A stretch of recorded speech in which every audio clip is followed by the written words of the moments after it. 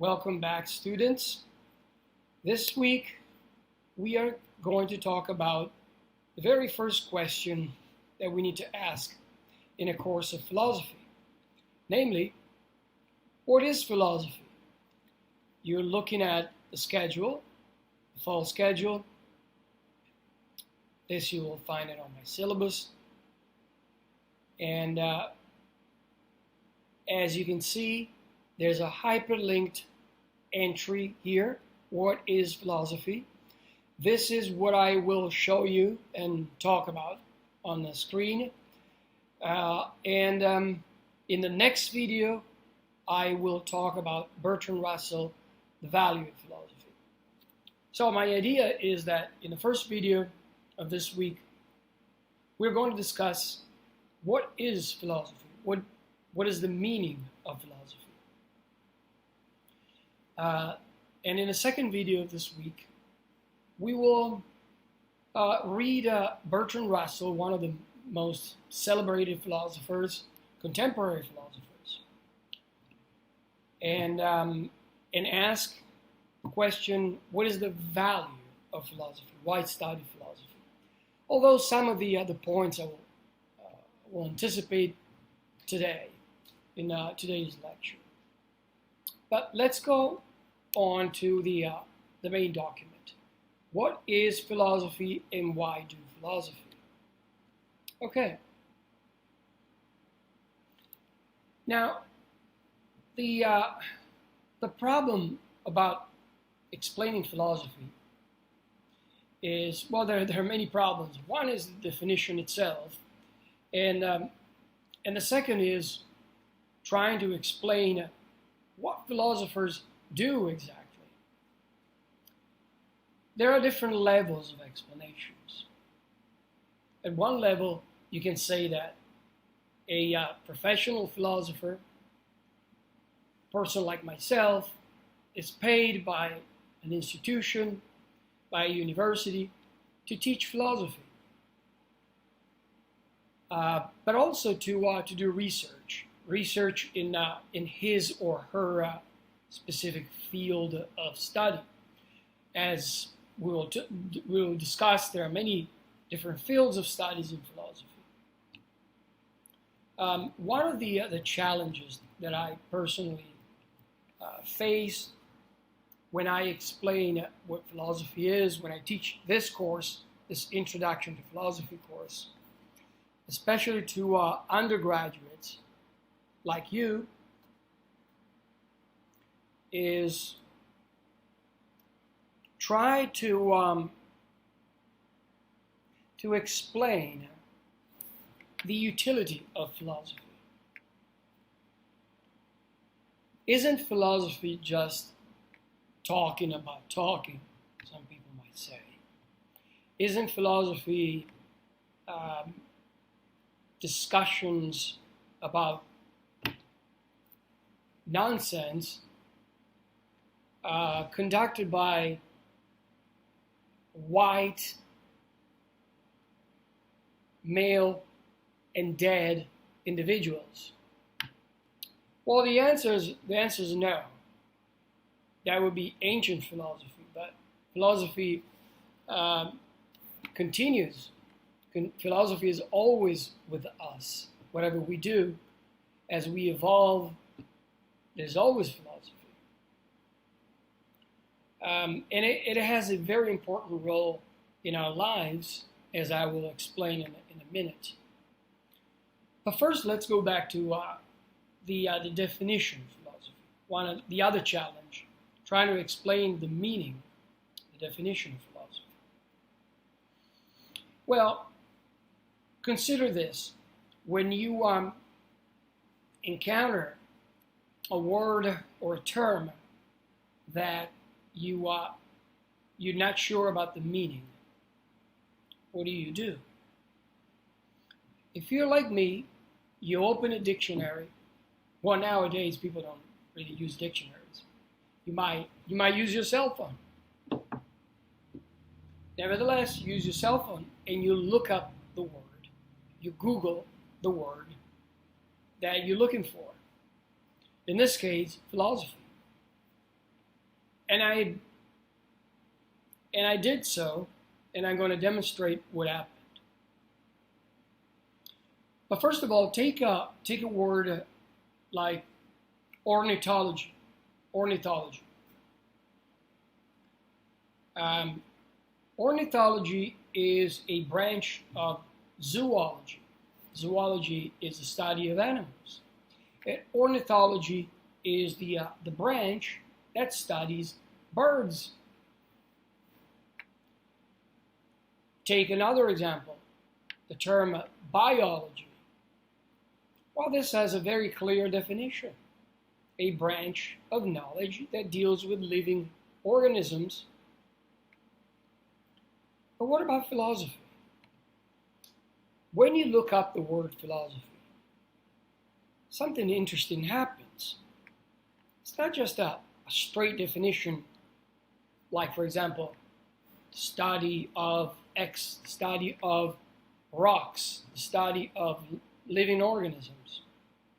You get something more complicated, I would say. Here's a list of a few definitions of philosophy. All learning exclusive of technical precepts and practical arts. Well, this definition is almost gibberish, at least to me. I don't know what this means. Or number two, the sciences and liberal arts exclusive of medicine, law, theology. Now, this is not really what we mean, especially if we are here taking this course in philosophy. That's not precise. It's kind of vague. Number three is useless. The 4-year college course of a major seminary. Okay, yes, true. That could be a course, philosophy. But a course in what? Number 4 says ethics. Well, that's not the definition of philosophy. Ethics is certainly one of the components or the branches of philosophy, but not the definition of philosophy proper. So as you can see, you see where this is going. There are many, many different definitions of philosophy, and they don't really help. After all these, first of all, you ask yourself, well, which of the 8, 9, 10 plus definitions is the exact one? All of them? But secondly, after reading all these definitions, you are left exactly empty-handed as you started. What is philosophy? So the next thing that we can do is to ask ourselves, what is the etymology, the actual meaning of the word philosophy? And the word philosophy itself is a compound word made up of 2 words. The word philos and the word sophia. Now, philos, as you imagined, it's Greek, means love. And sophia means, in this case, means wisdom. So philosophy is the love of wisdom, isn't it? But what is the love of wisdom? I understand the word love. More or less, we know what love means. But what does it mean to love wisdom? How do you love wisdom, first of all? And secondly, what is wisdom in the first place? So we have to look up another word, wisdom.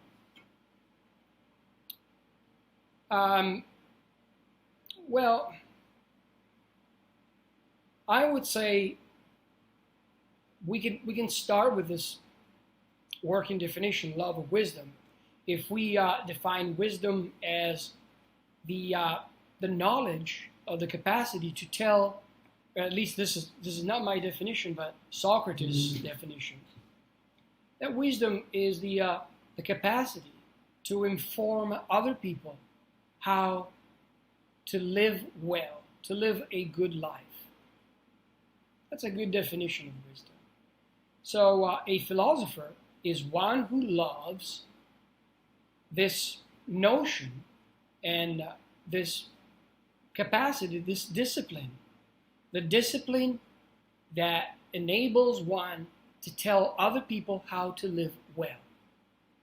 That's a pretty good definition, isn't it? Now, before I return to some details about philosophy and the meaning of philosophy, when did people start philosophizing? Oh, long time ago. It's not that human beings started philosophizing when colleges first appeared, right? In the Middle Ages or before that. No, not at all. In fact, when people like Plato, Aristotle, Socrates, and even older, more ancient philosophers were philosophizing, there were no schools of philosophy. There were no colleges or universities. I'm talking about in ancient Greece, like 600, 700 years ago. Now, imagine this. The Greeks were not the first civilization in the world. Before the Greeks, there were Indians, the Babylonians, the Egyptians, and so on. So human civilizations go back many thousand years. Now, when did they start philosophizing?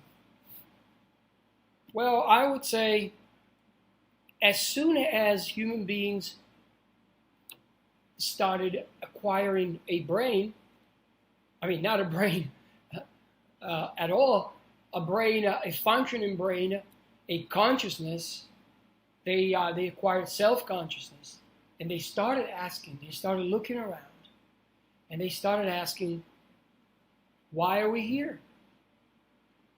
Probably that must have been the very first philosophical question. Why are we here? Or what is this? Okay? What's beyond this world? Is this the only reality? Is there a God? That's when people started philosophizing. So we don't really know. Many thousand years ago. Okay? Now, of course, for the purpose of this course, I'm going to say that the beginning of Western philosophy can be traced back to a particular date, BCE, before Common Era, of 585. Okay? So 585 years before the year 0, the birth of Christ. That's when historians of philosophy say more or less that's the beginning of philosophy, Western philosophy, by the way. Because before 585, there were other philosophers in the East, Confucius, Lao Tzu, and more. So what is philosophy then?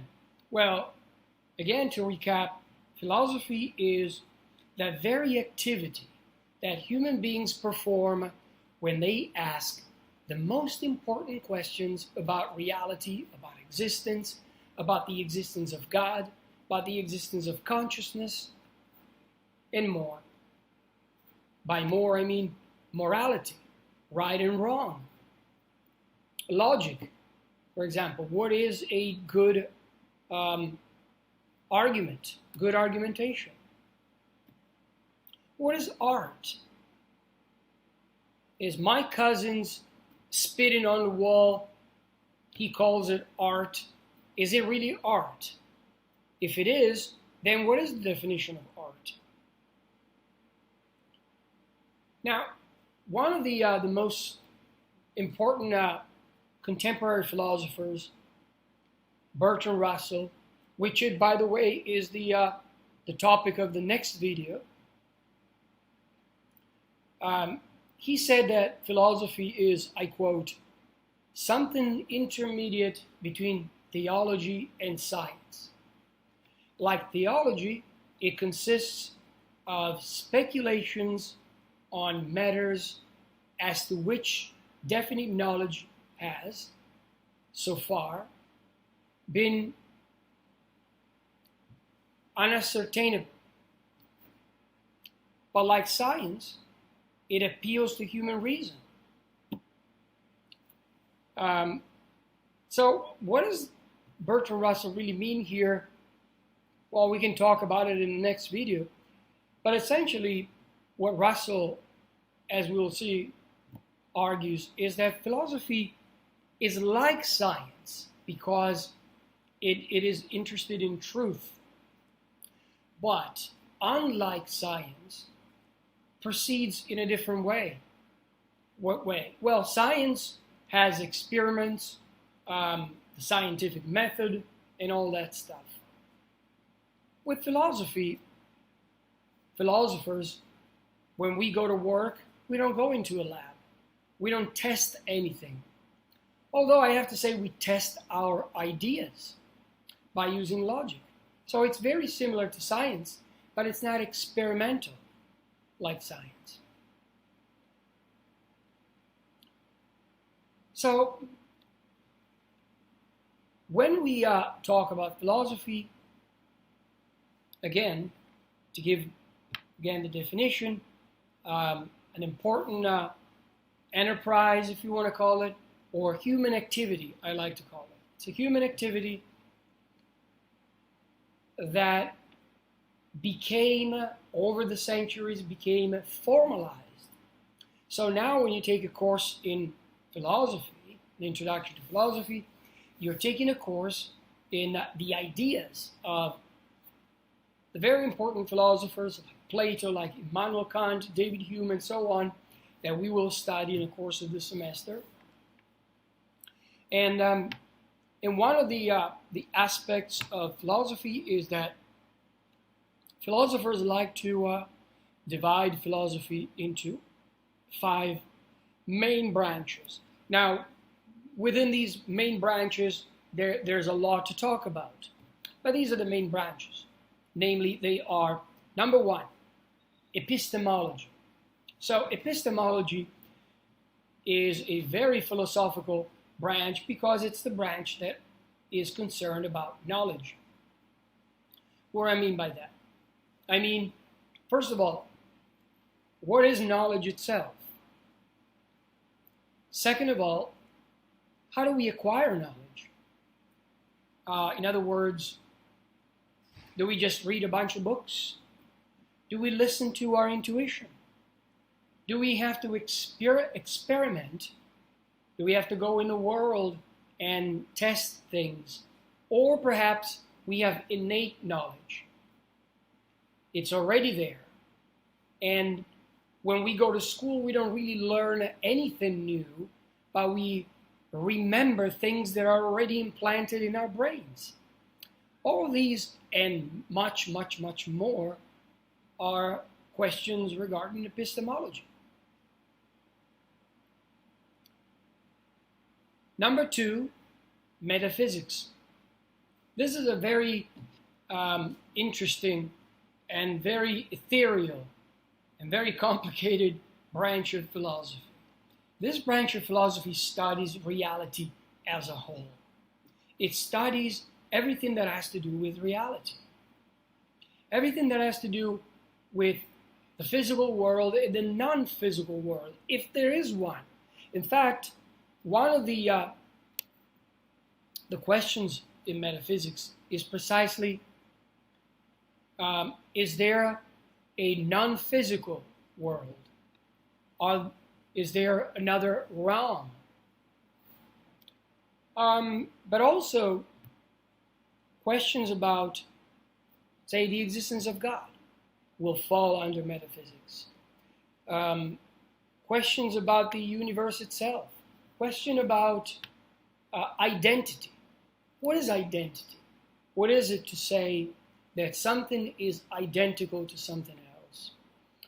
Also, questions about consciousness. Human beings are conscious, okay? But what is consciousness? Also, is consciousness created, generated by our brains, physical brains? How is it possible? Our thoughts, in any case, are not physical things. They're not made of sound, they're not made of matter, they're not made of stuff. So what are they? What are they and where are they? If you ask a surgeon to open a brain, he's not or she's not going to be able to see our thoughts. For example, you're looking at the screen, you're looking at colors, say the color blue. Now you are experiencing the color blue. I am not. I can think about it and then I am experiencing it. I recall the color blue. Or I can look at a patch of blue.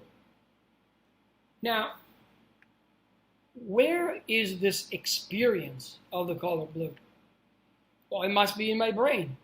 But as I was saying before, if a surgeon splits your brain, she's not going to be able to see a blue patch. So where is the blue? And where is the experience of blue? Now you're thinking, oh, this lecture is boring. Now that very thought, this lecture is boring. Where is that thought? Is it in your brain? But once again, there are no such things as thoughts in your brain. There are neurons, and neurons fire chemicals, and those chemicals don't look like this lecture is boring. They're not words, they're not letters, they're not pictures. So what are thoughts? Well, all these questions and more will fall under metaphysics. Number 3 is ethics. Ethics is a very, very important branch of philosophy. It is true, I have to mention this, that some contemporary scientists, for example, will argue that ethics is not a philosophical thing in the first place. Ethics belongs to science. In other words, some scientists say, you want to know what's right, you want to know what's wrong, you want to know what's good or bad, moral, immoral. All these things, all these questions can be answered by doing science. Okay? So morality is something that belongs to human beings, and we can study morality and we can tell what is right and wrong by study science, by study human beings, by study evolution, for example. Many philosophers obviously are not happy about this definition and say, no, ethics is something separate from science. You need a philosophical investigation, precisely ethical investigations. And it's something that only philosophers, because they're trained to do that, can do.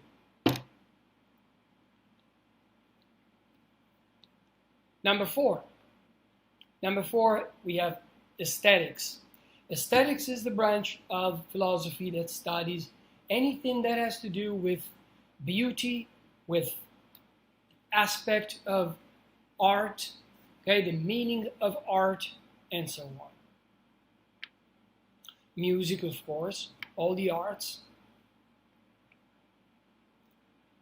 And the 5th one is what I call personally the engine of philosophy, without which philosophy would not even start, would not even run.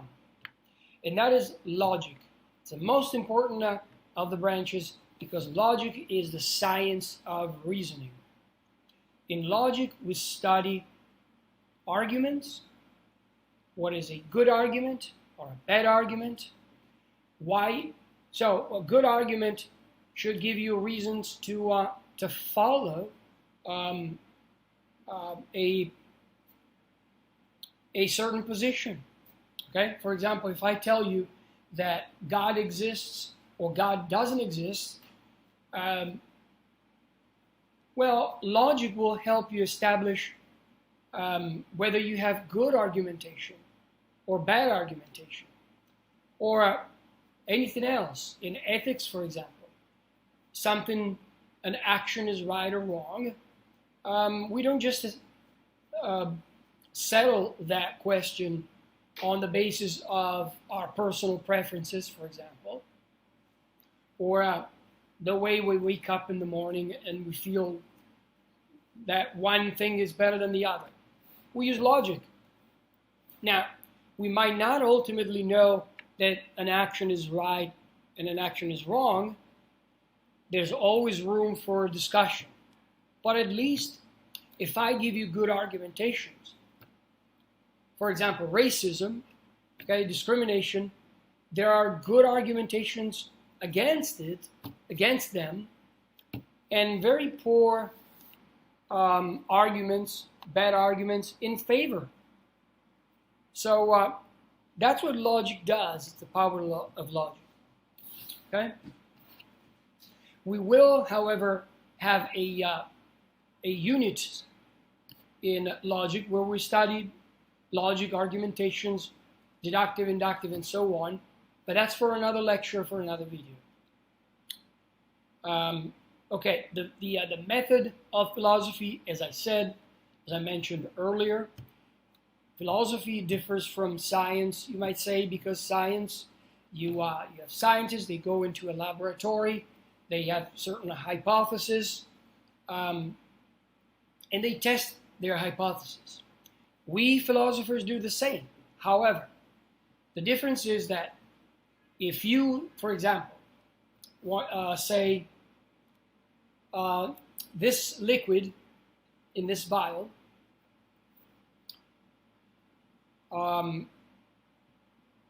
seems to be causing, a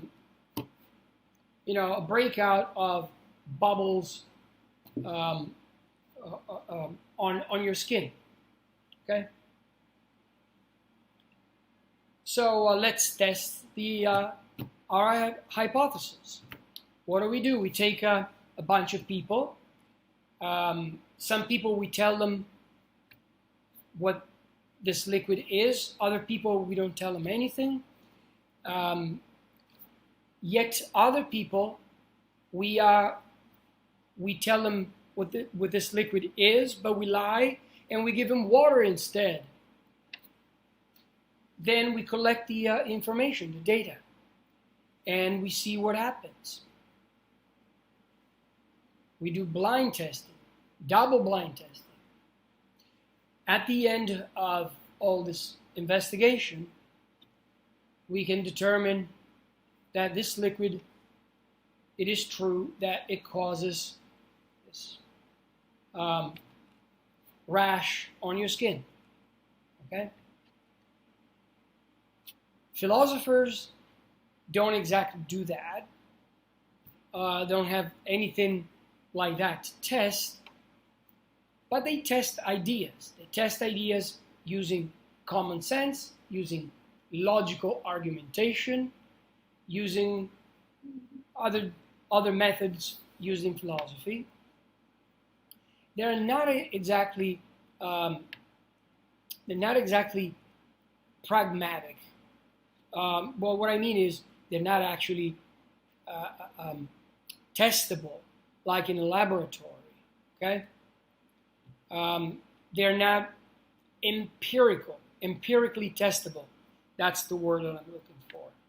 Unlike scientists, what they do in laboratories, they take a virus, they study the virus, they inject different things, and so on. Philosophers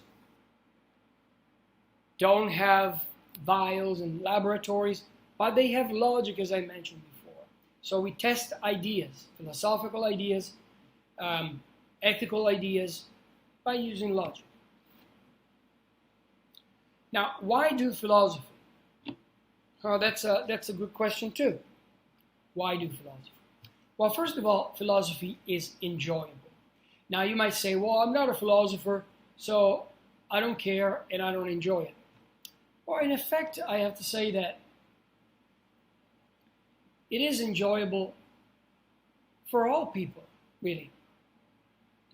You don't have to become a professional philosopher to enjoy philosophy. For example, you can have a discussion with your friends about ethics, about morality, about the existence of God. That is philosophical discussion, and it is enjoyable. Or you can have discussions about politics, about art. Now, of course, when you talk about art, I don't mean just saying, "Oh, I like the Led Zeppelin, and I hate Justin Bieber." Why? I don't know. He has an ugly face, and I don't like it. That might be your personal preference, but you can do more than that. You can do better than that, and actually construct some solid reasoning. So you're going to talk about the harmony, you're going to talk about the structure of music, the value of music, the cultural value, and so on, and build an argument to show why you prefer a certain genre of music to another. That's fun. That's pretty fun. That's what a lot of people do, and that's doing philosophy in a way. Now, but there are other reasons. There are other reasons why philosophy is important. For example, it's important because you can develop thinking skills. Now, if you're interested in physical skills, being healthy, going to the gym, well, not now, but exercising, running, cycling, obviously, most people, normal people, are interested in the health of their bodies, so they exercise. Why not exercise the mind, which is essentially the most important thing of yourself? And this is what philosophy does. By studying philosophy, you exercise the mind. You think better, you write better, you speak better.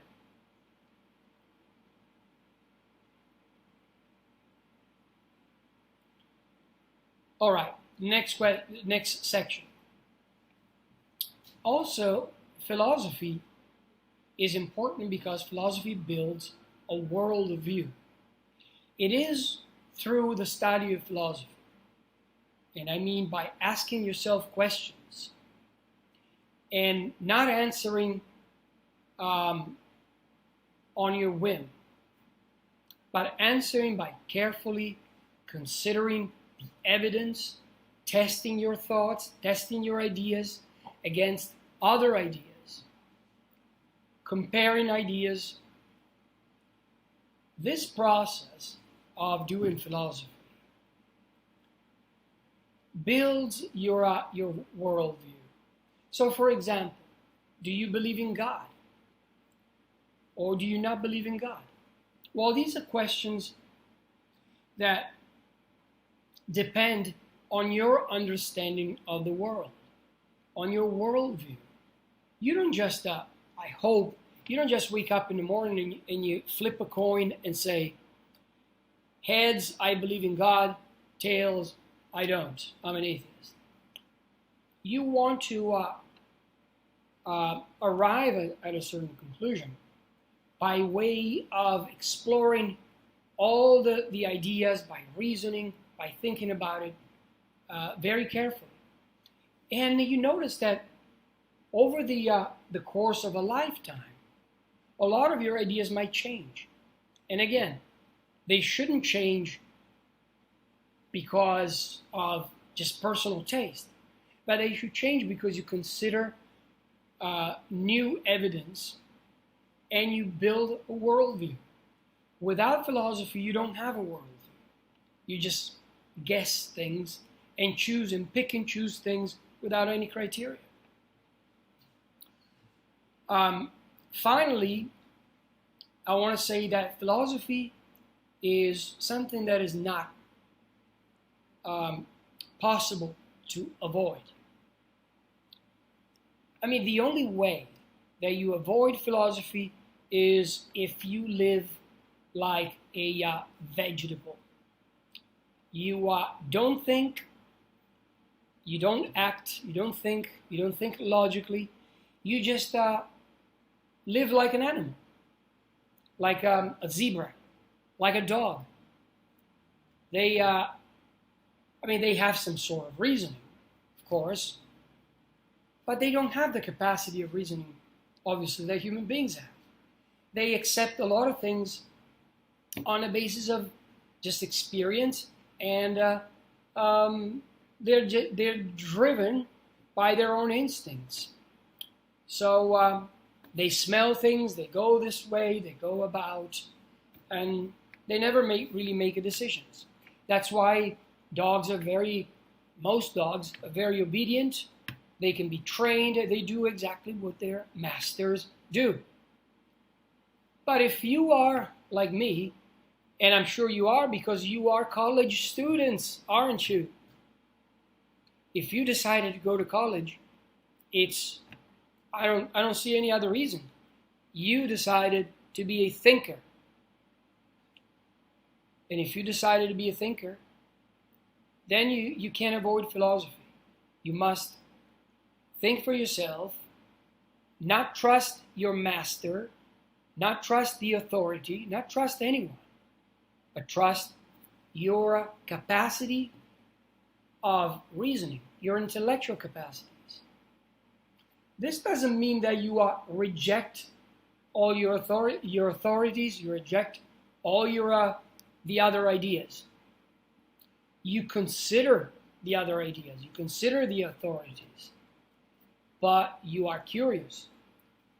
You question. You ask questions. And if you do that, if you say, well, that's what I normally do. Well, guess what?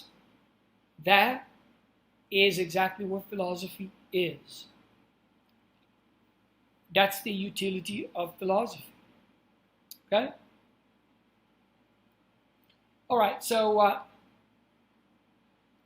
this video lecture is complete. In the next video lecture that I will post in the same week, for this week, we are going to discuss Bertrand Russell and the value of philosophy. Now, remember two things. Number one, go to the discussions page and don't forget to answer the weekly question that I posted this week. Also, after you answer the question, if you have more questions of your own, you post your questions and I will try to answer and address your questions. Remember, your classmates are supposed to also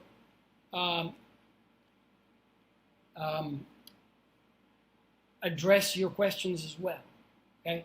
So what I want to do is a discussion. Since we are not in a classroom, we're trying to have a discussion this way. Number two, don't forget to read the actual essay by Bertrand Russell, whose link is listed on my syllabus, and it's in the Blackboard. So read The Value of Philosophy by Bertrand Russell. We'll discuss that in the next video. Thank you very much. I'll see you in the next video.